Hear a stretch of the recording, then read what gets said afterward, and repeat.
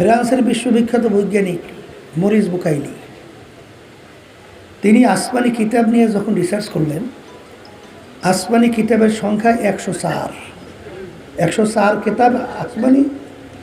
এর ভিতরে উল্লেখযোগ্য 4 কিতাব: কোরআনুল কারীম, তাওরাত, ইনজিল, জাবুর। তিনি ইনজিল নিয়ে যখন রিসার্চ করে দেখে আমেরিকা এবং লন্ডন সহ অন্যান্য দেশের ইনজিলের সঙ্গে পূর্ণ কোনো মিল নাই, তাওরাতের কোনো মিল নাই, জাবুরেরও কোনো মিল নাই। কিন্তু কোরআনুল কারীম নিয়ে তিনি যেখানেই রিসার্চ করেন, এমনকি ওসমান গনি রাদিয়াল্লাহু তাআলা আনহু তার হাতের লেখা কোরআনুল কারীম এখনও বিভিন্ন মিউজিয়ামের ভিতরে সংরক্ষিত আছে, মদিনা শরীফ সহ। তিনি দেখে সেই কোরআনুল কারীমে একটা নোক্তার কোনো পরিবর্তন নেই। তিনি চিন্তা করলেন, আসমানি অন্যান্য কিতাব তার ভিতরে কি হয়ে গেছে, পরিবর্তন হয়ে গেছে, কিন্তু কোরআনুল কারীমে পরিবর্তন হয় নাই কেন? তখন তিনি রিসার্চ করে দেখে যে আল্লাহ রাব্বুল আলামিন অন্যান্য আসমানি কিতাব নাজিল করার পরে ওর হেফাজত বা সংরক্ষণের দায়িত্ব আল্লাহ রাব্বুল আলামিন নিজে নেয় নাই, কিন্তু কোরআনুল কারীম নাজিল করার পরে রব্বুল আলামিন বলেন, ইন্না নাহনু নাযালনা যিকরা ওয়া ইন্না লাহু লাহাফিজুন।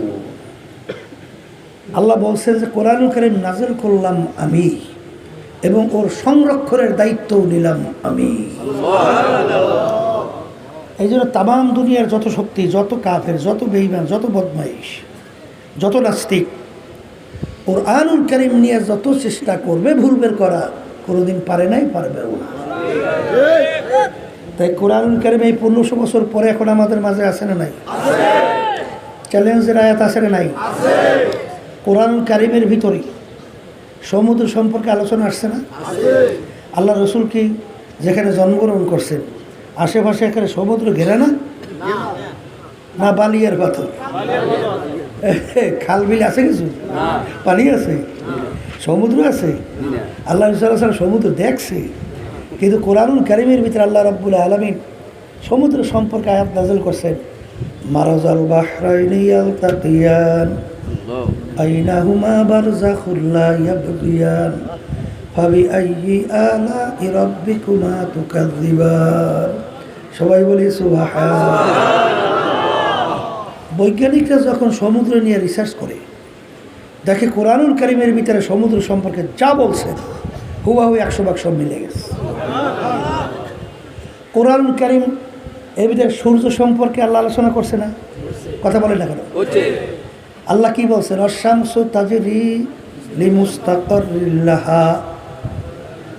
এই বৈজ্ঞানিকরা সূর্য নিয়ে রিসার্চ করতে যাইয়ে দেখে আল্লাহ বলছেন সূর্য তার আপন কক্ষপথে চলমান। এখন রিসার্চ করার পরে দেখে আসলে সূর্য তার কক্ষপথে চলে। কথা কয় না? এরপরে আপনি যেদিকেই মিলায়, যেদিকেই আলোচনা করে, কোরআনুল কারীমের ভিতরে ভুল বের করতে আর আসতে বলে পারছে? তাই কোরআনুল কারীম এখন আমাদের মাঝে আছে না নাই? তাই কোরআনুল কারীম সবচেয়ে আল্লাহর হাবিবের বড় মুজিজা। কথা ঠিক না ভাই? ঠিক।